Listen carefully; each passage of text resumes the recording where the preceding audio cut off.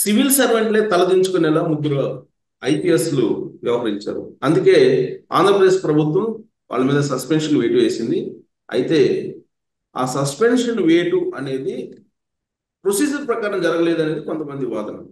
అసలు ఏం జరిగింది అనే దాని మీద విశ్లేషణ తీసుకునే ప్రయత్నం చేద్దాం. ప్రస్తుతం మన దగ్గర జడ్జి రామకృష్ణ గారు ఉన్నారు. ఆయనతో ఇంటరాక్ట్ అవ్వాలి. సార్ నమస్తే. నమస్కారం రావు గారు, నమస్కారం. సార్ నమస్తే. కాదంబరి జత్వాని విషయంలో ప్రొసీజర్ ప్రకారం జరగలేదు, ఐపీఎస్ని అధికారం దుర్వినియోగం అయింది అని చెప్పి కొంతమంది ఆరోపణలు చేస్తున్నారు. ఒక జడ్జిగా లీగల్ ఆస్పెక్ట్ లో చూస్తే ఏమనిపిస్తుంది మీకు? రావు గారు, ముఖ్యంగా ఏదైతే ఈ కాదంబరి జత్వాని యొక్క సంబంధించిన కేసు పూర్వపరాపారాలు మనం చూసినట్లయితే అధికార దుర్వినియోగం అన్నది ఏ స్థాయిలో జరిగిందో, ఎవరి కోసం ఇంత అధికార దుర్వినియోగానికి ఇంత పెద్ద పెద్ద ఆఫీసర్లు పాల్పడ్డారు, ఇదంతా ఈరోజు ప్రజలు చూస్తూ ఉంటే ప్రజలు ఒకటే అంటున్నారండి. అసలు ఈ సమాజంలో మనం ఎలా బ్రతకాలి, మన ఆడబిడ్డలను ఏ విధంగా మనము స్కూళ్ళకు కానీ కాలేజెస్ కానీ ఉద్యోగాలకు కానీ ఎక్కడికైనా పంపించాలి, మన ఆడబిడ్డ ఇల్లు దాటి బయట వెళితే తిరిగి క్షేమంగా వస్తుందా రాదా, మరి ప్రజల మాన ప్రాణాలను కాపాడవలసినటువంటి పోలీసులే ఇంత కిరాతకంగా వ్యవహరిస్తూ ఉంటే మరి మన గోడు ఎవరితో చెప్పుకోవాలి అన్న డిస్కషన్ అయితే చాలా కారణంలో జరుగుతూ వస్తుంది రావు గారు. కానీ ఆ డిస్కషన్ జరుగుతుందని చెప్పి ప్రభుత్వం తొందరపడి సస్పెన్షన్ చేసిందా లేదా ప్రొసీజర్ ప్రకారం చేసినట్టుందా? ఇక్కడ తొందరపాటు అన్నది మనము అసలు ఏమాత్రం చెప్పనవసరం లేదండి. ఎందుకంటే ప్రభుత్వానికి ఏ అధికారాలు ఉన్నాయో, ఏ విధంగా ఫాలో కావాలో ఆ ప్రొసీజర్ను ఫాలో అయిన తర్వాతనే ఈ ముగ్గురు సీనియర్ ఐపీఎస్ అధికారుల పైన ప్రభుత్వం వేటు వేసింది. ఇక్కడ అందరూ ప్రశ్నిస్తున్నది ఏంటంటే అసలు వాళ్ళపైన ఎఫ్ఐఆర్ కాకమునిపే ఏ విధంగా సస్పెండ్ చేస్తారన్న ప్రశ్న అందరూ ఎక్కువ పెడుతున్నారు. ఇక్కడ ఒకటి గమనించాలి. ఎందుకంటే ఇక్కడ క్రిమినల్ లా వేరు, సర్వీస్ లా వేరు. క్రిమినల్ లా జనరల్ పబ్లిక్ అందరికీ వర్తిస్తుంది. సర్వీస్ లా కేవలం ప్రభుత్వ సర్వీస్ లో ఉన్నటువంటి ప్రభుత్వ అధికారులకు మాత్రమే సర్వీస్ లా వర్తిస్తుంది.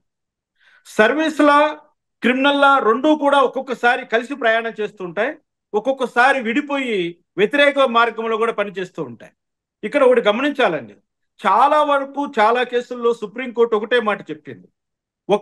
ఒక పబ్లిక్ సర్వెంట్ పైన నమోదైనటువంటి ఎఫ్ఐఆర్ లో, ఛార్జ్ షీట్ లో అతడు నిర్దోషిగా తేలినప్పటికీ కూడా సర్వీస్ లా కింద అతని పైన డిసిప్లినరీ యాక్షన్ తీసుకొని సర్వీస్ నుంచి రిమూవ్ చేసేటువంటి అధికారం ఈ అపాయింట్మెంట్ ఆ అథారిటీస్కి ఉంటుందని సుప్రీంకోర్టు, రాష్ట్ర హైకోర్టులు చాలా వరకు చెప్తూనే వస్తున్నాయి. దీని యొక్క భావం ఏంటంటే అసలు ఎఫ్ఐఆర్ తో సంబంధం లేకుండా ఒక పబ్లిక్ సర్వెంట్ తనకు విధించినటువంటి పరిధిని దాటి ఎవరైనా మిస్కాండక్ట్ గా బిహేవ్ చేస్తే వాళ్ళపైన వెంటనే తక్షణ చర్యలు తీసుకునే అధికారం అపాయింటింగ్ అథారిటీకి 100% ఉంటుంది. ఇక్కడ జరిగింది అదే. కానీ ఇక్కడ సర్వీస్ లా ప్రకారం మీరు చెప్తున్నారు సస్పెండ్ చేసేవారు అని చెప్పి, అట్లీస్ట్ వాళ్ళని పిలిచి మాట్లాడటం లేదంటే షోకాజ్ నోటీస్ ఇవ్వటమో ఏది లేకుండా సస్పెండ్ చేశారు అనేటువంటి వాదన కూడా వినిపిస్తుంది కదా. కొన్ని గ్రేవ్ అఫెన్సెస్ లో అటువంటి సమయము ముద్దాయిలకు ఇచ్చినట్లయితే, అటువంటి సమయము డీలింక్వెంట్కి ఇచ్చినట్లయితే, ఇక్కడ మేము సర్వీస్ లాలో డీలింక్వెంట్స్ అంటాం, క్రిమినల్ లాలో అక్యూజ్డ్ అంటాం. ఎవరైతే ఇక్కడ డీలింక్వెంట్స్ ఉన్నారో వీళ్ళకు అంత సమయం కేటాయిస్తే వాళ్ళు ఏదైనా సాక్ష్యాధారాలను రూపుమాపే కార్యక్రమంలో కానీ, లేదా దేశం విడిచి పారిపోయే కార్యక్రమం కానీ, లేదా ఇతరత్ర ప్రలోభాలకు గురి చేసేటువంటి ఇన్ఫ్లుయెన్స్ అథారిటీస్తో వచ్చే అవకాశం కానీ ఉంటుందన్నప్పుడు ప్రభుత్వం ఇటువంటి చర్యలు తీసుకోవచ్చు. ఇక్కడ బలమైనటువంటి ఆధారాలతో చాలా ఇది అత్యంత హీనమైనటువంటి అభియోగాలండి ఇవి. వీళ్ళ ముగ్గురి పైన వచ్చిన అభియోగాలు సొసైటీలో ఎవ్వరూ కూడా యాక్సెప్ట్ చేయనటువంటి అభియోగాలు ఇవి. ఎవరు కూడా వీళ్ళపైన వచ్చినటువంటి చూస్తూ ఉంటే ఒక స్త్రీ పట్ల వీళ్ళు వ్యవహరించిన తీరు, పైగా ప్రభుత్వ అధికారిగా ఉంటూ చట్టంలో పనిచేయాల్సిన వాళ్ళు చట్టాన్ని అడ్డం పెట్టుకొని, ఇది ఒకటి గమనించాలి మనం, ఇవన్నీ చట్టాన్ని కూడా అడ్డం పెట్టుకొని చట్ట వ్యతిరేకమైనటువంటి పనులు చేశారు వీళ్ళు. కమిషనర్, ఇవన్నీ కాబట్టి కూడా అభియోగాలే కదా, ఇవన్నీ అభియోగాలే కదా. అది ఆన్ పేపర్ పోయినప్పుడే కదా మీ న్యాయ వ్యవస్థ ఒప్పుకునేది. సస్పెన్షన్ కూడా కేవలము తాత్కాలికమైన చర్య, రావు గారు. సస్పెన్షన్ కూడా తాత్కాలికమైన చర్య కాబట్టి ఇటువంటి తాత్కాలికమైన చర్యలను ఈ విధమైనటువంటి సందర్భంలో ఈ విధంగా ప్రభుత్వాలు వాడుకోవడం అన్నది సహజంగా అన్ని చోట్ల జరుగుతున్నటువంటి అంశమే. ఇక్కడ వాళ్ళపైన పూర్తి విచారణ జరిగిన తర్వాత వాళ్ళ సర్వీస్ నుంచి రిమూవ్ చేస్తారు, డిస్మిస్ చేస్తారు. కానీ ఇది కేవలం వాళ్ళు జరుగుతున్నటువంటి విచారణకు వాళ్ళ యొక్క, ఎందుకంటే ఇక్కడ ముగ్గురు కూడా, ఒకరేమో ఐజీ స్థాయి అధికారి, మరొకరు డిఐజీ స్థాయి అధికారి, ఇంకొకరైతే ఇంకా ఇంకా పెద్ద స్థాయిలో ఉన్నటువంటి ఇంకో police officer, DG rank officer. అంటే ఏంటి, ఇంత పెద్ద స్థాయిలో అధికారంలో ఉన్నటువంటి వాళ్లకు ఎక్కువ అవకాశాలు ఉంటాయి.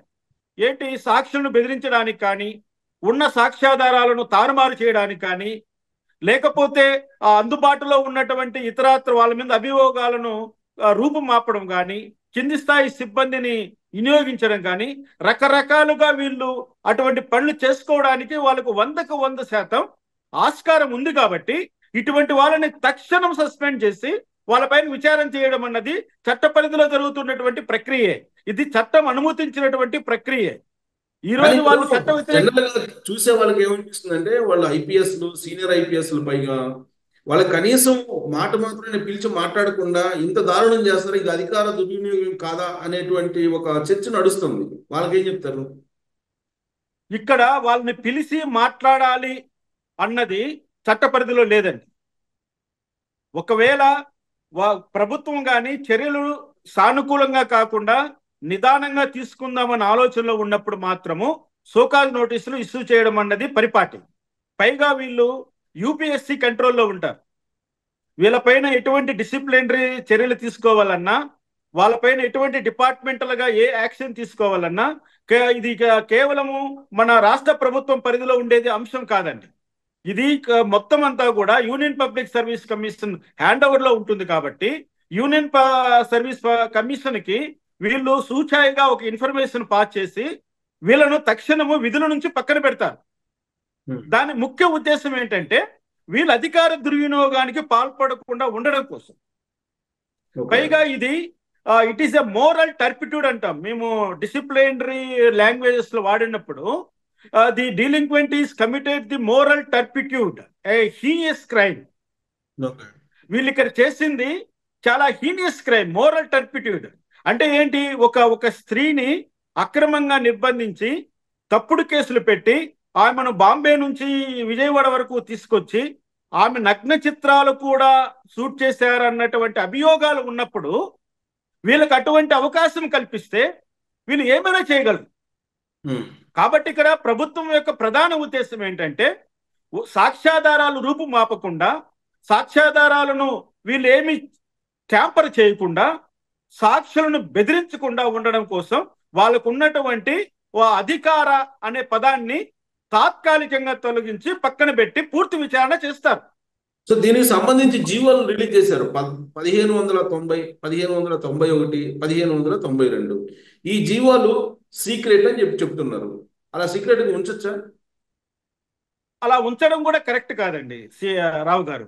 ఎందుకంటే అది ఏ జీవో అయినా కూడా గవర్నమెంట్ ఆర్డర్ కాబట్టి గవర్నమెంట్ ఆర్డర్ను పబ్లిక్ లో ఉంచాలి. కాబట్టి మన రాష్ట్ర హైకోర్టు ఒక 2-3 నెలల క్రితం కూడా చెప్పింది, మీరు జీవోలన్నింటినీ కూడా అప్లోడ్ చేయండి, పబ్లిక్ డొమైన్ లో పెట్టండి అని చెప్పింది.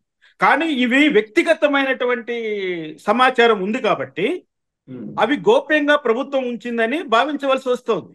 ఇక్కడ వ్యక్తిగతమైనటువంటి గోప్యత ఎందుకు పాటించాలంటే, ఒకవేళ విక్టిమ్ ఎవరైతే ఉన్నారో ఆ కాదంబరి జత్వాని అనేటువంటి ఒక మహిళ, ఆమెకి సంబంధించినటువంటి వ్యక్తిగతమైనటువంటి సమాచారాన్ని ఇందులో పొందుపరిచి ఉండవచ్చు. కాబట్టి అటువంటి సమాచారాన్ని బహిర్గతం చేయడం అన్నది చట్ట వ్యతిరేకం కూడా అవుతుంది. ఇప్పుడు మనం చూస్తుంటాం రేప్ కేసుల్లో కానీ లేదన్నా ఇటువంటి మోడెస్టీ సంబంధించిన అంశాల్లో కానీ మేము ఇన్ కెమెరా ప్రొసీడింగ్స్ కండక్ట్ చేస్తాం. పబ్లిక్ తెలియకుండా.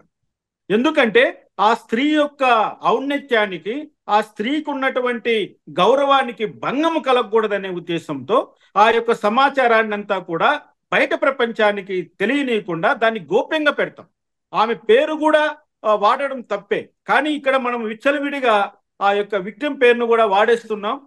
అందరూ కూడా ఆమె పేరును కూడా పబ్లిష్ చేశారు. ఎందుకంటే ఆమెంతకు తనంతకు తానుగా మీడియా ముందుకు వచ్చింది కాబట్టి అది యాక్సెప్టబుల్ స్టెప్ అయి ఉంది. లేకుండా ఉండింటే ఆమె పేరును కూడా బహిర్గతం చేయడం అన్నది చట్ట వ్యతిరేకం అయి ఉండేది రావు గారు. కాబట్టి ఇంకోటి ఏంటంటే సోషల్ మీడియాలో నడుస్తుంది ఏంటంటే ఏదో చంద్రబాబు నాయుడు గారు ఒక ఆర్డర్ వేసేసారు, ఆయన వేసినటువంటి ఆర్డర్ ప్రకారం ఈ సస్పెన్షన్ అనేది ఇంప్లిమెంట్ చేశారు అని చెప్పి అంటున్నారు. అసలు చంద్రబాబు నాయుడు గారు ఆర్డర్ వేస్తే సస్పెన్షన్ అనేది సాధ్యమవుతుందా? లేదండి, లేదు.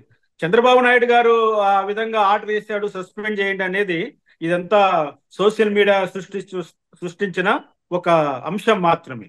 ఎందుకంటే సోషల్ మీడియాలో ప్రచారమయ్యేటువంటి ఏ అంశానికి కూడా క్రెడిబిలిటీ ఉండట్లేదు. వాళ్ళు కూడా సరైనటువంటి సమాచారాన్ని ప్రజల ముందు ఉంచట్లేదు. ఒక్కొక్క మీడియా ఒక రకమైనటువంటి వాగ్దాటితో, ఒక రకమైనటువంటి వాక్చాతుర్యంతో ముందరకు వచ్చి వాళ్ళు చెప్పాల్సిందంతా చెప్తున్నారు. వాస్తవానికి ఇక్కడ ఈ కాదంబరి అంశం అన్నది నిన్న మొన్న మొదలైనటువంటి అంశం కాదు కదండి. గత ఒక నెల రోజుల క్రితం నుంచి ఆ యొక్క అన్ని మనం ప్రజల ముందు ఉంటుంది, ప్రజలందరూ చూస్తున్నారు. ఆ సమాచారాన్ని అంతా ప్రభుత్వం సేకరించింది.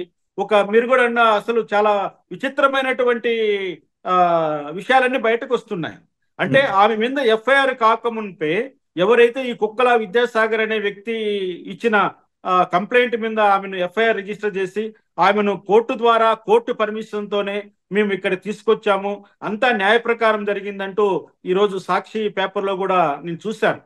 కానీ అదంతా కూడా చాలా సత్యదూరం అండి రావు గారు. ఎందుకంటే సాక్షి పత్రికలో ఏదైతే ఈరోజు రాశారో, ఇంతకు ముందు రాశారో, వాళ్ళు అంటున్నది ఏంటంటే కోర్టు వారెంట్ ద్వారా మేము ఆమెను తీసుకొచ్చాము అని చెప్తున్నారండి. అది వాస్తవానికి వెళ్ళేటప్పుడు కూడా కోర్టు పర్మిషన్ తోటి వెళ్ళారు అన్నట్టుగా రాశారు వాళ్ళు. లేదండి, వాళ్ళు తప్పుదారి పట్టిస్తున్నారు, ప్రజలను తప్పుదారి పట్టిస్తున్నారు. కోర్టును ఏదో ఒక షీల్డ్ గా వాడాలని ప్రయత్నం చేస్తున్నారు. కానీ అటువంటి ప్రక్రియ ఏది కూడా కోర్టులో జరిగినట్లుగా లేదు. ఎందుకంటే వాస్తవానికి ఫిబ్రవరి 2వ తారీఖున వాళ్ళు ముంబై వెళ్ళి ఫిబ్రవరి 3వ తారీఖున ఆమెను అరెస్ట్ చేసి ఆమె రిమాండ్ చేయడం జరిగిందండి. ఈ మధ్యలో ఎఫ్ఐఆర్ కాకముందే కోర్టు పర్మిషన్ ఇస్తుందని నేనైతే అనుకోనండి. ఎఫ్ఐఆర్ అయిన తర్వాత కోర్టు పర్మిషన్ తీసుకున్నట్లయితే వీళ్ళు అంతకు ముందే బాంబేలో ల్యాండ్ అయి ఉన్నారు కాబట్టి అది కూడా మనం నమ్మదగ్గ అంశంగా ఎవరు కూడా చూడమండి. అంటే నివేదిక అంటే మనకు తెలుస్తున్న దాని ప్రకారం సిట్ ఇచ్చినటువంటి నివేదిక ప్రకారం జనవరి 31వ తారీఖున పిఎస్ఆర్ ఆంజనేయులు గారు వీళ్ళని పిలిచారు, మౌఖిక ఆర్డర్ చేశారు. 1వ తారీఖున ఫ్లైట్ టికెట్లు బుక్ చేశారు, 2వ తారీఖున ఎఫ్ఐఆర్ చేశారు. 1 అవర్లోనే 6 గంటలకు ఎఫ్ఐఆర్ చేసి 7 గంటలకు ఎర్లీ మార్నింగ్ బాంబే వెళ్ళారు, ఈ కథ అంతా నడిపారు అనేది ఇప్పుడు మనకి ఆ నివేదికలో ఉన్న అంశం బయటకు వస్తుంది కొంత. మరి అది ఎంతవరకు నిజమో సమాచారం అది.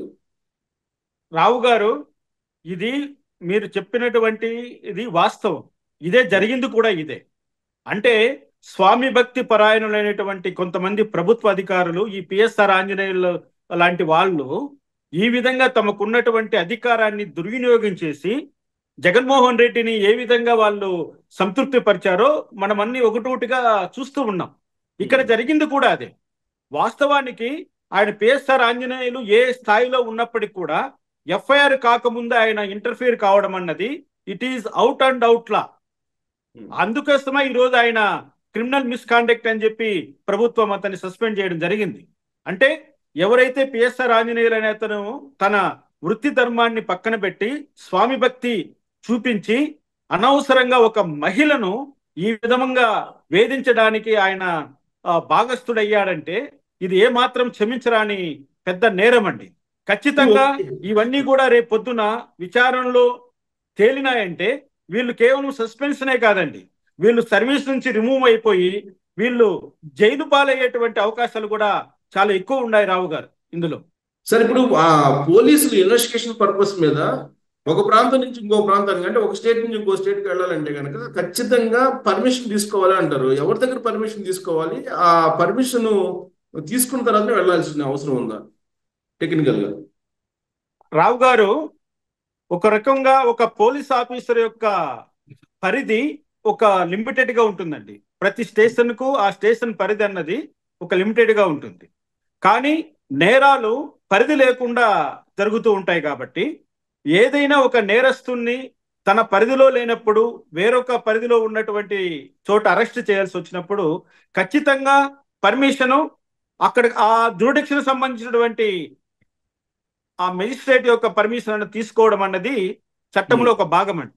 కానీ ఆంధ్రప్రదేశ్ నుంచి ఆ మహారాష్ట్ర సంబంధించినటువంటి చోటకు వెళ్ళి అక్కడ ముద్దాయిని వీళ్ళు తీసుకురావాలంటే ఖచ్చితంగా 24 ఇక్కడ ఏమిటంటే ముఖ్యమైన అంశము, అరెస్ట్ చేసిన వ్యక్తిని 24 గంటల లోపల సంబంధిత మెజిస్ట్రేట్ ముందర హాజరుపరచాలనేది చట్టం.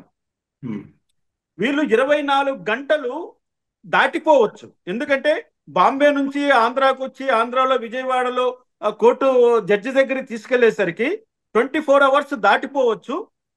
లేదు మధ్యలో ఏదైనటువంటి ప్రాబ్లమ్స్ రావచ్చు. అవన్నీ అటువంటివన్నిటిని పోలీస్ డిపార్ట్మెంట్కి ఒక రక్షణ కల్పించాలనే ఉద్దేశంతో ఈ ట్రాన్సిస్ట్ రిమాండ్ అనే దాన్ని సిఆర్పిసిలో పొందుపరిచారు. అంటే రూల్స్ లో ఉంది అది. అంటే ట్రాన్సిస్ట్ రిమాండ్ అంటే ఏంటంటే ఆ లోకల్లో అరెస్ట్ చేసినటువంటి వ్యక్తిని ఆ లోకల్ మెజిస్ట్రేట్ ముందర హాజరుపరుస్తారండి. ఆ మెజిస్ట్రేట్ గారు ఈ యొక్క అంశాలన్నింటినీ నమోదు చేసి ఇక్కడ నుంచి మరో మెజిస్ట్రేట్ కంటే కన్సర్న్ మెజిస్ట్రేట్ కోర్టుకు తీసుకెళ్లే వరకు జరిగేటువంటి యొక్క ఏదైతే ఈ టైం పీరియడ్ ఉంటుందో దాన్నంతా సేవ్ చేసేటట్లుగా ఆయన ట్రాన్సిస్ట్ రిమాండ్ ఇచ్చి పంపిస్తాడు వీళ్ళకి. అంటే ఇది రెండు వైపులా ఒక రక్షణ కవచం అండి. అంటే ముద్దాయికి రక్షణ కవచంగా ఉంటుంది, అరెస్ట్ చేసినటువంటి పోలీస్ అధికారులకు రక్షణ కవచంగా ఉంటుంది. ఇది చాలా ఇంపార్టెంట్. కానీ ఈ కాదంబరి జత్వానీ సంబంధించిన కేసులో మేము ట్రాన్సిస్ట్ రిమాండ్ తీసుకున్నాము అక్కడ ముంబైలో అని ఈ పోలీస్ డిపార్ట్మెంట్ వాళ్ళు చెప్తున్నారు. కానీ బహుశా అక్కడ ఆమెను ప్రొడ్యూస్ చేసి ఉండొచ్చు.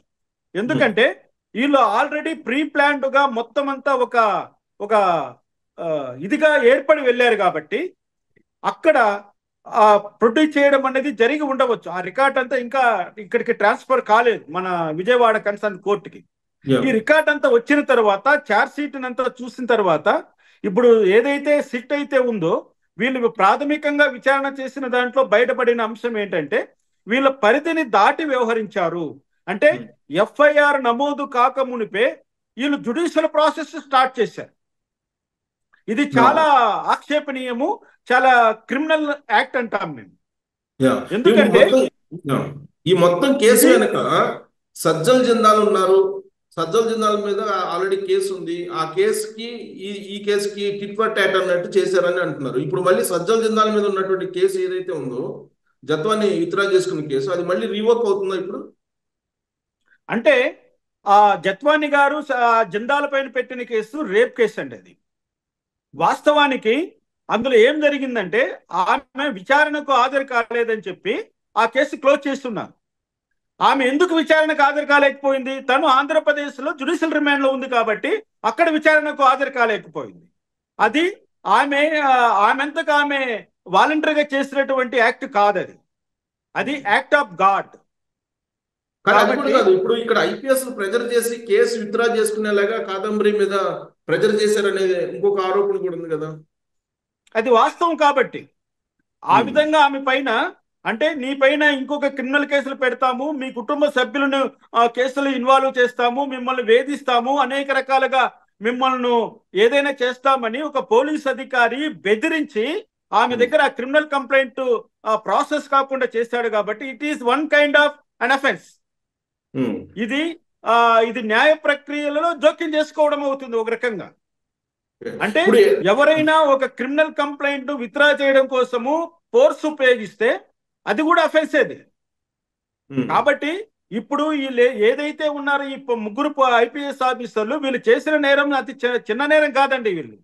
వీళ్ళు చేసింది చాలా పెద్ద నేరం. ఇది అనేక కోణాల్లో దీన్ని విచారణ చేయవలసినటువంటి అవసరం ఉంది కాబట్టి ప్రభుత్వం దీన్ని అన్ని రకాలుగా దీన్ని పరిశీలి చేస్తూ ఉంది. ఇప్పుడు నిన్న సస్పెండ్ చేశారు, ఇవాళ ఏదో ఎఫ్ఐఆర్ చేస్తున్నారు అంటున్నారు. ఎఫ్ఐఆర్ చేసే ముందే యూపీఎస్సీకి చెప్పాలా? అంటే యూపీఎస్సీకి ఖచ్చితంగా ఇన్ఫర్మేషన్ అనేది ఇచ్చి ఉంటారండి, ఇవ్వాలి. It is a mandatory. ఎందుకంటే వీళ్ళు పబ్లిక్ సర్వెంట్స్ కాబట్టి పబ్లిక్ సర్వెంట్ పైన ఎఫ్ఐఆర్ నమోదు చేయాలన్నా కూడా ఖచ్చితంగా అపాయింట్మెంట్ అథారిటీ నుంచి పర్మిషన్ తీసుకోవాలనేది సుప్రీంకోర్టు రూలింగ్. ఇప్పుడు కొత్తగా వచ్చినటువంటి బిఎన్ఎస్ అంటే మన కొత్తగా అమెండ్ చేసినటువంటి సిఆర్పిసి లో కూడా ఆ విధంగానే చెప్పబడుతోంది. కానీ యాక్చువల్ కాబట్టి గా వీళ్ళకి మనకి స్టేట్ కి వాళ్ళని పంపించేశారు కదా, అప్పుడు ఆంధ్ర క్యాడర్ వాళ్ళు. ఇప్పుడు డీజీపీకి సిఎస్ కి అధికారం లేదా డైరెక్ట్ గా వాళ్ళ మీద చర్యలు తీసుకోవడానికి? లేదండి, డీజీపీకి కానీ సిఎస్ కానీ డైరెక్ట్ గా వాళ్ళ మీద చర్యలు తీసుకునే అధికారం ఉండదు ఎప్పటికీ. వాళ్ళ మీద ఎటువంటి అధికారాలు, ఎటువంటి చర్య తీసుకోవాలన్నా అది అధికారం కేవలం యూనియన్ పబ్లిక్ సర్వీస్ కమిషన్ చేతిలోనే ఉంటుంది. వీళ్ళు కేవలం వీళ్ళు చేసినటువంటి అక్రమాలను వాళ్ళకు నివేదించి మేము ఈ విధంగా చేస్తున్నాము, మీరు రాటిఫై చేయండి అని అడుగుతారు. అప్పుడు యూపీఎస్ వాళ్ళు దాన్ని రాటిఫై చేయొచ్చు, లేదా ఆ రాటిఫికేషన్ ఇవ్వకుండా స్టేట్ గవర్నమెంట్ ఆర్డర్ను క్యాన్సిల్ చేసే అధికారం కూడా యూపీఎస్సీకి ఉంటుంది. సో ఇప్పుడు వాళ్ళ ముందున్నది ఏంటంటే క్యాట్కి వెళ్తున్నారు అంటున్నారు. అంటే సర్వీస్ లా ప్రకారం ఈ సస్పెన్షన్ దాని మీద సవాల్ చేసి వెళ్ళే అవకాశం ఉందా, లేదంటే ఎఫ్ఐఆర్ అయిన తర్వాత వెళ్ళే అవకాశం ఉందా క్యాట్కి? నేను అదే ముందుగానే చెప్పాను కదండి, ఎఫ్ఐఆర్ అన్నది వేరు, సర్వీస్ లా అన్నది వేరు. ఎఫ్ఐఆర్ అన్నది క్రిమినల్ లా, వీళ్ళు చేసిన మిస్కాండక్ట్ సర్వీస్ లా. అంటే వీళ్ళు అధికారంలో ఉంటూ డ్యూటీలో ఉంటూ చేసినటువంటి ఇటువంటి తప్పుడు వ్యవహారాన్నింటిని కూడా సర్వీస్ లా చూసుకుంటుంది. వీళ్ళు చేసేటువంటి క్రిమినల్ యాక్ట్స్ ఏవైతే ఉన్నాయో ఒక వ్యక్తిని బెదిరించడం అన్నది క్రిమినల్ లా అవుతుంది. అధికారాన్ని అడ్డం పెట్టుకొని బెదిరించడం అన్నది సర్వీస్ లా కింద వస్తుంది, క్రిమినల్ లా కింద వస్తుంది. అంటే వీళ్ళు బోత్ సైడ్స్ వీళ్ళు ఇప్పుడు ఈ యొక్క వ్యవహారాన్ని పర్సూ చేయాల్సి ఉంటుంది. ఇప్పుడు వాళ్ళు క్యాట్కు వెళ్తున్నామంటున్నారు. సెంట్రల్ అడ్మినిస్ట్రేటివ్ ట్రిబ్యునల్ అన్నది కేవలం ఇటువంటి చర్యల కోసం ఏర్పడినటువంటి ఒక స్వాతంత్రమైనటువంటి వ్యవస్థ అది. ఇప్పుడు వాళ్ళు క్యాట్కి వెళ్ళినా కూడా వాళ్ళు అక్కడ చెప్పబోయేది ఏముందండి, మేమేమి, వాళ్ళు ఏమంటారు, మేమంతా న్యాయ ప్రకారమే చేశాము అని చెప్పబోతున్నారు. వాళ్ళు న్యాయ ప్రకారం చేయలేదన్నది ఇప్పుడు స్పష్టంగా కనబడుతోంది. ఎఫ్ఐఆర్ రిజిస్టర్ కాకమునిపే మీరు ఫ్లైట్ టికెట్లు ఎందుకు బుక్ చేసుకున్నారు, ఆ ఫ్లైట్ టికెట్ బుక్ చేసుకోవడానికి ప్రభుత్వ ఖజానా నుంచి ఎందుకు డబ్బులు డ్రా చేశారనేది ఇక్కడ ప్రధానమైనటువంటి ఒక అంశం. ఇప్పుడు ఏదైతే సిఎస్ఆర్ అయిన పిఎస్ఆర్ ఆంజనేయులకు సంబంధించినటువంటి ఆ డిపార్ట్మెంట్ నుంచి, ఆ డిపార్ట్మెంట్ హెడ్ నుంచి ఈ ఫ్లైట్ టికెట్లు బుక్ అయ్యన్నది ఈ రోజు బయటకు వస్తున్నటువంటి వ్యవహారం. అంటే ప్రజల డబ్బు అది. గవర్నమెంట్ ఎక్స్చెక్కర్ నుంచి వాళ్ళు ఆ విమానం ఖర్చులు భరించారు కాబట్టి, పెట్టుకున్నారు కాబట్టి అది కూడా ఒక రకమైనటువంటి మిస్అప్రాపరేషన్ కింద వస్తుందండి ఇది. ఎందుకంటే ఇది మరో అఫెన్స్ అవుతుంది వాళ్ళకు. మిస్అప్రాపరేట్ చేశారు ప్రభుత్వ ధనాన్ని, ప్రజాధనాన్ని వాళ్ళ సొంత అవసరాల కోసం వాడుకున్నట్లుగా లెక్క ఇది. ఎందుకంటే ఏదైనా ఇన్వెస్టిగేషన్ అనేది ఎప్పుడు మొదలవుతుందండి, ఎఫ్ఐఆర్ నమోదైన మరుక్షణం నుంచి ఈ ఇన్వెస్టిగేషన్ మొదలు కావాలి. అసలు ఇలా ఎఫ్ఐఆర్ కాకుండానే ఇన్వెస్టిగేషన్ మొదలు పెట్టామంటే అది మరో పెద్ద నేరం అవుతుంది. అవును, ఎఫ్ఐఆర్ చేసిన ముందు రోజు ఫ్లైట్ టికెట్ బుక్ చేశారు. అది ఆల్రెడీ మనకు కనపడుతోంది కదండి. ఒకటి ఉంది కదా, మనం చెప్పుకుంటూ ఉంటాం, మెన్ కెన్ లై బట్ నాట్ ది డాక్యుమెంట్ అంటాం. వీళ్ళు ఎంత అబద్ధాలు చెప్పినా కూడా నీకు దస్త్రాలు అబద్ధం చెప్పవు కదండి. వాళ్ళు బుక్ చేసినటువంటి ఫ్లైట్ టికెట్ అబద్ధం చెప్పదు, వాళ్ళు ఎప్పుడు బుక్ చేశారో ఆ టైమింగ్స్ కంప్యూటర్లో నమోదైనటువంటి అవి అబద్ధం చెప్పవు. అవన్నింటిని బేరీ చేసినప్పుడు మీరు 31వ తారీఖున, జనవరి 31వ తారీఖున మీరు ఫ్లైట్ టికెట్లు బుక్ చేస్తే ఎఫ్ఐఆర్ ఫిబ్రవరి 2వ తారీఖున రాత్రి 6:12 బుక్ అయిందండి. అంటే ఇక మోర్ దాన్ 32 అవర్స్ టైమింగ్ ఉంది అక్కడ. అంటే ఏంటి, ఖచ్చితంగా వీళ్ళు తమ పరిధిని దాటి వ్యవహరించారు కాబట్టి ఇది వాళ్ళు డ్యూటీలో కూడా భాగంగా పరిగణించవలసినటువంటి అవసరం లేదని సుప్రీంకోర్టే చెప్పింది. ఎవరైనా ఇన్ని రకాలుగా వాళ్ళు మిస్యూజ్ చేసి ఇప్పుడు ఏమంటారంటే వాళ్ళకు సపోర్ట్ చేసేటువంటి వాళ్ళు ఏమంటారంటే, ఆ రోజున ఏపీ వెంకటేశ్వరరావు గారిని సస్పెండ్ చేశారు కాబట్టి ఇప్పుడు ఇది చేస్తున్నారు అని చెప్పి పొలిటికల్ యాంగిల్లో తీసుకెళ్తున్నారు. దానికి దీనికి కంపేర్ ఏంటి, ఆ కేసుకి ఈ కేసుకి? రావు గారు, పాలిటిక్స్ వేరు, అడ్మినిస్ట్రేషన్ వేరు. ఇక్కడ ఆ రోజు ఏబీపీ వెంకటేశ్వరరావు గారు తెలుగుదేశం పార్టీ కండువా వేసుకున్న ఆఫీసర్ కాదు. ఈ రోజు ఈ విషయాలు గుండి కానీ, పిఎస్ఆర్ ఆంజనేయులు కానీ, లేకపోతే ఈయన కాంతిరాణ టాటా కానీ, వీళ్ళెవరు కూడా వైఎస్ఆర్సీపీ కండువా వేసుకున్నారని చెప్పట్లేదు. మేము ఎవరు చెప్పట్లేదు ఆ విధమైన. వాళ్ళు అధికారులుగా ఉంటూ అధికార దుర్వినియోగానికి పాల్పడ్డారు. అధికారాన్ని అడ్డం పెట్టుకొని ఒక మహిళ పట్ల, ఒక ఒక స్త్రీ పట్ల వ్యవహరించినటువంటి తీరు జుగుప్సాకరంగా ఉంది, సభ్య సమాజానికి ప్రమాదకరంగా ఉంది, చట్ట వ్యతిరేకంగా ఉందని ఈ రోజు ప్రభుత్వం చర్యలు తీసుకుందనే కానీ మీరు పలానా పార్టీ వాళ్ళు పలానా విధంగా చేస్తున్నాము, కక్షపూరితంగా అవన్నీ కూడా వాళ్ళు కేవలం వాళ్ళు చేసిన తప్పును కప్పిపుచ్చుకోవడం కోసము చేస్తున్నటువంటి వ్యవహారంగా ఉంది. కానీ ఇందులో ఏమాత్రం వాస్తవం అని ప్రజలు ఎవరు కూడా అనుకోవట్లేదు రావు గారు. ముఖ్యంగా ఏంటంటే ఇప్పుడు ఈ కేసులో బిగ్ బాస్, ఆ బిగ్ బాస్ వేరే ఉన్నారు అంటున్నారు. ఆ బిగ్ బాస్ బయటకు వస్తాడు ఇప్పుడు మరి? వీళ్ళు ఒకవేళ విశాల్ గుండి గారు అప్రూవర్ గా మారుతున్నారన్న సంకేతాలు వస్తున్నాయి. అవును.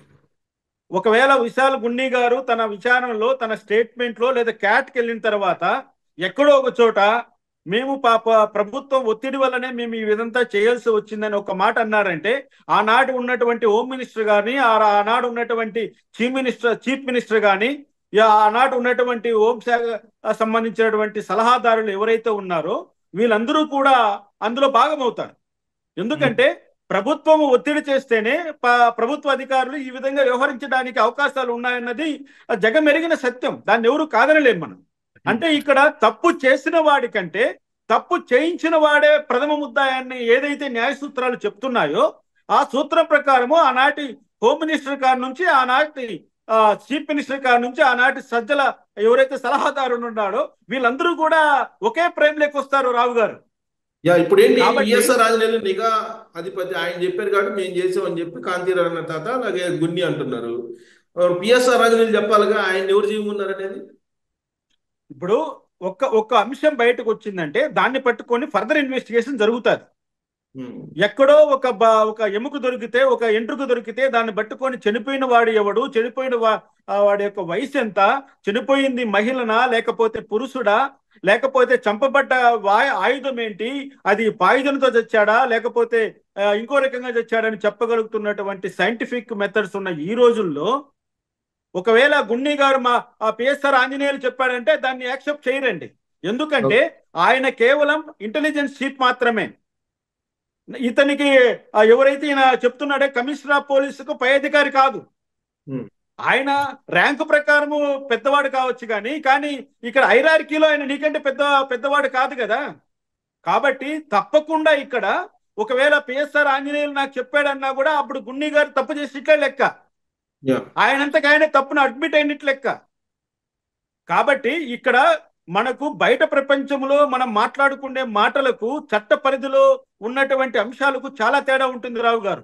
ఈ మొత్తం కేసులో సార్ ఆ రోజున డీజీపీ పాత్ర ఉండదంటారా? రాజేంద్రనాథ్ రెడ్డి గారి పాత్ర అది కూడా ఓట్లుగానే చెప్పుకుంటారా, అంటే ఆన్ రికార్డు ఉంటుందా? ఖచ్చితంగా డీజీపీ పాత్ర అనేది బయటకు వచ్చి తీరుతారు. ఎందుకంటే being a boss of all the entire department, ఆయన కనుసన్నల్లోనే ఆయనకు తెలియకుండా ఇవన్నీ జరిగాయని ఎవరు కూడా అనరు. ఎందుకంటే ఒక ఐపీఎస్ ర్యాంక్ అధికారి స్టేట్ దాటి ఆ జ్యూరిడిక్షన్ వదిలి మరో స్టేట్కి వెళ్తున్నాడు అంటే ఆ సంబంధించిన సమాచారం మొత్తం అంతా కూడా పోలీస్ బాస్ టేబుల్ పైన ఉంటుంది. ఆయన ఏ పని మీద వెళ్తున్నాడు, ఎందుకు వెళ్తున్నాడు, ఎన్ని రోజులు ఉంటాడు, ఎన్ని రోజుల తర్వాత వస్తాడు అన్నదంతా కూడా ఆయనకు తెలిసిన తర్వాతనే ఆయన పర్మిషన్తోనే వెళ్తారు వీళ్ళందరూ కూడా. అంటే ఇక్కడ ఏం జరిగింది, జగన్మోహన్ రెడ్డి ప్రభుత్వంలో ఎవరికి సంబంధాలు లేకుండా, ఎవరికి బాధ్యత లేకుండా విచ్చలవిడిగా ప్రవర్తించారు కాబట్టి ఈ విధమైనటువంటి జరగవలసిన ఆగత్యం ఇక్కడ ఏర్పడింది. ఆ కూడా ఇప్పుడు బయట వస్తుంది ఈ కేసులో. ఇంకొక కోణం ఏంటంటే దీని వెనుక చాలా పెద్ద డీల్ జరిగింది, ఓ పెద్ద అమౌంట్ ట్రాన్స్ఫర్ అయ్యింది అకౌంట్స్ కి. సో అందుకే ఈడీ కూడా ఎంటర్ అయ్యే అవకాశం ఉంది అని అంటున్నారు. ఆ ఛాన్స్ ఉందా? ఆ అవకాశాన్ని కూడా మనం కొట్టిపారేయలేమండి. ఎందుకంటే ఇందులో ప్రధాన ముద్దాయిగా చెప్పబడుతున్నటువంటి ఆ జిందాల్ అన్న వ్యక్తి సామాన్యమైన వ్యక్తి కాదు కదండి. అతనితో పాటు ఇంకా ఏషియన్ పెయింట్ సంబంధించినటువంటి ఇంకొకతను కూడా ఇన్వాల్వ్ అయి ఉన్నారు. అంటే ఈ జత్వాని ఎవరైతే కాదంబరి జత్వాని అనేటువంటి ఒక ముంబై ఒక నటికి సంబంధించిన ఈ కేసుల్లో చాలా పెద్ద వాళ్ళు పారిశ్రామికవేత్తలు ఇన్వాల్వ్ అయి ఉన్నారు. కాబట్టి వాళ్ళు తమ పేరు బయటికి రాకుండా తమను కాపాడుకోవడం కోసం వాళ్ళు ఖచ్చితంగా మనీ ట్రాన్స్ఫర్ అన్నది చేసి ఉంటారన్నది ఒకవేళ అది వాస్తవం కూడా అయ్యే అవకాశాలకి ఎక్కువ అవకాశం ఉంది రావు గారు. సో ఇప్పుడు ఈ స్టేజ్ లో అటువైపు నుంచి కొంతమంది చెప్తుంది ఏంటంటే అసలు కాదంబరి హానీ ట్రాప్ చేశారు కాబట్టి ఆవిడ మీద ఇప్పుడు కేసు పెడతాము అని అంటున్నారు. ఇప్పుడు వాళ్ళు కంప్లైంట్ చేస్తే కేసు రిజిస్టర్ అవుతుందా ఈవిడ మీద, జత్వాని మీద? ఆల్రెడీ ఎఫ్ఐఆర్ రిజిస్టర్ అయింది, ఆమె ఆల్రెడీ రిమాండ్కి వెళ్ళి ఉంది. ఇంకా మరొక ఎఫ్ఐఆర్ ఆమె మీద రిజిస్టర్ కావడం అన్నది రూల్డ్ అవుట్ అండి, ఆ ఛాన్సెస్ లేవు. అంటే కుక్కల అది చట్ట విద్యాసాగర్ వ్యతిరేకం. ఎఫ్ఐఆర్, కుక్కల విద్యాసాగర్ ఎఫ్ఐఆర్, కానీ అలా కాకుండా ఇంకా చాలా మందిని ట్రాప్ చేశారు, హాని ట్రాప్ చేశారు అనేది వాళ్ళ ఆరోపణలు ఇప్పుడు వరకు. కానీ ఇప్పుడు మళ్ళీ దాన్ని కంప్లైంట్ రూపంలో ఇస్తే పరిస్థితి ఏంటి? అంటే ఇక్కడ మీరు చెప్తున్నది ఏంటంటే ఆమె హనీ ట్రాప్ రూపంలో చాలా మందిని బ్లాక్ మెయిల్ చేసిందనో ఏదో నేరంలో పాల్పంచుకుందనేది ఇప్పుడు అవతల వాళ్ళు అంటున్న సమాచారం. ఒకవేళ ఏదైతే కుక్కల విద్యాసాగర్ కాకుండా మరొక వ్యక్తి, ఇంకొక XYZ ఎవరైనా వచ్చి నన్ను కూడా ఆమె ఈ విధంగా మోసం చేసి ఉంది, నన్ను కూడా నేను కూడా ఆమె చేతిలో నష్టపోయాను అని ఎవరైనా ఒకవేళ కంప్లైంట్ ఇస్తే దాన్ని ఎఫ్ఐఆర్ రూపంలో నమోదు చేసే అవకాశాలు ఉన్నాయి. అంటే ఇక్కడ వ్యక్తి మారుతాడు కాబట్టి అది నేరం జరిగిన సమయం మారుతుంది, నేరం జరిగిన ప్రదేశం మారుతుంది, నేరం చేయబడ్డ వ్యక్తి ఒకరైనప్పటికీ కూడా బాధితుడు మారుతాడు కాబట్టి అది మల్టిపుల్ ఎఫ్ఐఆర్ రూపంలో రావడానికి అవకాశాలు ఉన్నాయి.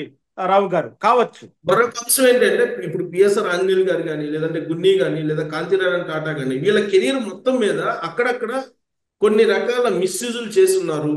సో దానికి సంబంధించిన కంప్లైంట్లు కూడా వస్తున్నాయి అంటున్నారు. వాళ్ళ మీద కూడా కంప్లైంట్ తీసుకునే అవకాశం ఉందా ఇప్పుడు? తీసుకోవచ్చండి. ఎందుకంటే పబ్లిక్ సర్వెంట్ తన సర్వీస్లో ఉన్నంత కాలము, తర్వాత రిటైర్ అయిపోయినా సరే తను సర్వీస్లో ఉన్నప్పుడు చేసిన ఏ అక్రమానికైనా ఎప్పుడైనా వితౌట్ దానికి లిమిటేషన్ అంటూ లేదండి. ఇది 2 సంవత్సరాలునే ఇవ్వాలి, 2 నెలలునే ఇవ్వాలి కంప్లైంట్ అన్నదానికి అక్కడ లిమిటేషన్ అనేది లేదండి. ఎప్పుడైనా సరే వాళ్ళ అక్రమాలు బయట తీసేటువంటి అధికారం అపాయింట్మెంట్ అథారిటీకి ఉంటుంది. ఒకటి గమనించాలండి, ఈ పిఎస్ఆర్ ఆంజనేయులపై ఉన్నటువంటి ఆరోపణలు ఇంకెవరి మీద ఉండవండి. అయినా ఆయన అంత ఇదిగా తన ఉద్యోగాన్ని చేసుకుంటూ వచ్చాడు. ఎక్కడో BSF లో పడిండే వాడిని తీసుకొచ్చి జగన్మోహన్ రెడ్డి ఇక్కడ ఇంత ఇంపార్టెంట్ ప్లేస్ లో పెట్టారండి. ఎందుకోసం పెట్టారండి? అతనుకు ఏదో ఒక క్విట్ ప్రోకో రూపంలో ఉపయోగపడతారనే కదా. ఈ క్విట్ ప్రోకో అన్నది జగన్మోహన్ రెడ్డికి అచ్చొచ్చినటువంటి ఒక వ్యవస్థ. మనం బాగా చూస్తున్నాం. IAS ఆఫీసర్లను, IPS ఆఫీసర్లను ఎంత దారుణంగా వాడుకొని వాళ్ళను ఏ విధంగా చట్ట వ్యతిరేకమైన పనులు ఇన్వాల్వ్ చేశాడో అందరూ చూసాం. ఇది ఒక చిన్న క్లాసికల్ ఎగ్జాంపుల్ అనుకుందాం. ఇప్పుడు పిఎస్ఆర్ ఆంజనేయుల పైన అక్కడే ఎన్నొచ్చాయండి ఆయన పైన. అసలు గుంటూరులోనే 3 వ్యక్తుల మరణానికి కారణమైనాడు ఆయన. అదే విధంగా విజయవాడలో ఒక డాక్టర్, ఆమె పేరు వద్దులేండి, ఆమె పట్ల అసభ్యంగా ప్రవర్తించాడని ఆయన బై రికార్డు దొరికిపోయాడండి. బై రికార్డు తన అఫీషియల్ సెల్ ఫోన్ ద్వారా ఆ అసభ్యకరమైనటువంటి మెసేజ్లు పంపించి ఇవన్నీ కూడా జరిగాయి. కానీ ఆయన అదే విధంగా ఆయన కంటిన్యూ అవుతున్నాడు, ఒక పెద్ద ఆఫీసర్ గా హోదా వెలగబెడుతున్నాడు. ఇటువంటి వాళ్ళని సమాజంలో రామకృష్ణ గారు, ఇప్పుడు వీళ్ళకి సంబంధించిన మొబైల్స్ ఏవైతే ఉన్నాయో వాటిని హ్యాండ్ ఓవర్ చేసుకొని కనుక పరిశీలిస్తే దాంట్లో ఏదో చాలా చెప్పుకోరానటువంటి, చూడలేనటువంటి ఫోటోలు, వీడియోస్ ఉన్నాయి అని అంటారు. వాటిని హ్యాండ్ ఓవర్ చేసుకుంటారా ఇప్పుడు? ఖచ్చితంగా అండి. విచారణలో భాగంగా ప్రతి ఒక్క సెల్ ఫోన్, అంటే ఇక్కడ ఒకటి గమనించాలి, ప్రతి IPS ఆఫీసర్కు గవర్నమెంట్ సెల్ ఫోన్ అలాట్ అయి ఉంటుంది. It's a official cell phone కాబట్టి తను ఇప్పుడు సస్పెండ్ అయ్యాడు కాబట్టి ఇమ్మీడియట్ గా హ్యాండ్ ఓవర్ చేయాలి తన హైయర్ ఆఫీసర్ దగ్గర. ఆ సెల్ ఫోన్ హ్యాండ్ ఓవర్ చేస్తాడు. కానీ ఆయన పర్సనల్ నెంబర్స్ ఉంటాయి, ఆయన పర్సనల్ సెల్ ఫోన్లు ఉంటాయి. తన భార్య పిల్లల పేరు మీద, బంధువుల పేరు మీద, స్నేహితుల పేరు మీద ఏ సెల్ ఫోన్లు వాడారో కూడా అది కూడా ఇప్పుడు ప్రభుత్వం వారు ఆ సెల్ ఫోన్లన్నింటినీ కూడా హ్యాండ్ ఓవర్ చేసుకునేటువంటి అధికారము ఈ ఇన్వెస్టిగేటింగ్ ఆఫీసర్కి ఉంటుంది. కాబట్టి వాళ్ళ ల్యాప్టాప్లు కానీ, వాళ్ళకి సంబంధించినటువంటి సెల్ ఫోన్స్ కానీ, ఏదైతే ఎలక్ట్రానిక్ గాడ్జెట్స్ ఉన్నాయో అన్నిటినీ కూడా సీజ్ చేయొచ్చు. వాళ్ళ ఇంటికి వెళ్ళి ఇంటిలో కూడా మొత్తం అంతా సెర్చ్ చేయొచ్చు. వాళ్ళ లాకర్లు పగలగొట్టచ్చు, వాళ్ళకు బీరువాలు పగలగొట్టచ్చు, వాళ్ళ ఇంట్లో ఉన్నటువంటి ప్రతి ఒక్క అంగుళాన్ని వీళ్ళు తనిఖీ చేయొచ్చు. అక్కడ లభించే ప్రతి వస్తువుని సీజ్ చేయొచ్చు. చాలా విచక్షణమైనటువంటి విశాలమైనటువంటి అధికారాలు ఇన్వెస్టిగేటింగ్ ఆఫీసర్ చేతిలో ఉంటాయి. కాబట్టి ఖచ్చితంగా ఇంకా ముందురా చాలా విషయాలు మనము చూడబోతున్నాం అనిపిస్తుంది రావు గారు. ఖచ్చితంగా. ఓకే అండి, థ్యాంక్ యూ వెరీ మచ్. రాబోయే రోజులు ఏం జరుగుతుంది అనేది చూద్దామండి. Thank you very much. Thank you.